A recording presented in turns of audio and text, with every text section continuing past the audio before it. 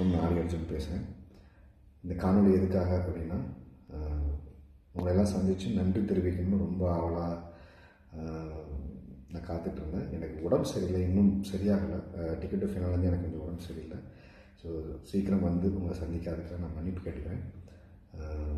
வெகு விரைவில் உங்களுடைய எல்லா கேள்விகளுக்கும் பதில் சொல்ல நேரடியாக வந்து எல்லா தளங்களையும் நான் பதில் சொல்கிறேன். இது என்னுடைய வெற்றி இல்லை, இது உங்களுடைய வெற்றி.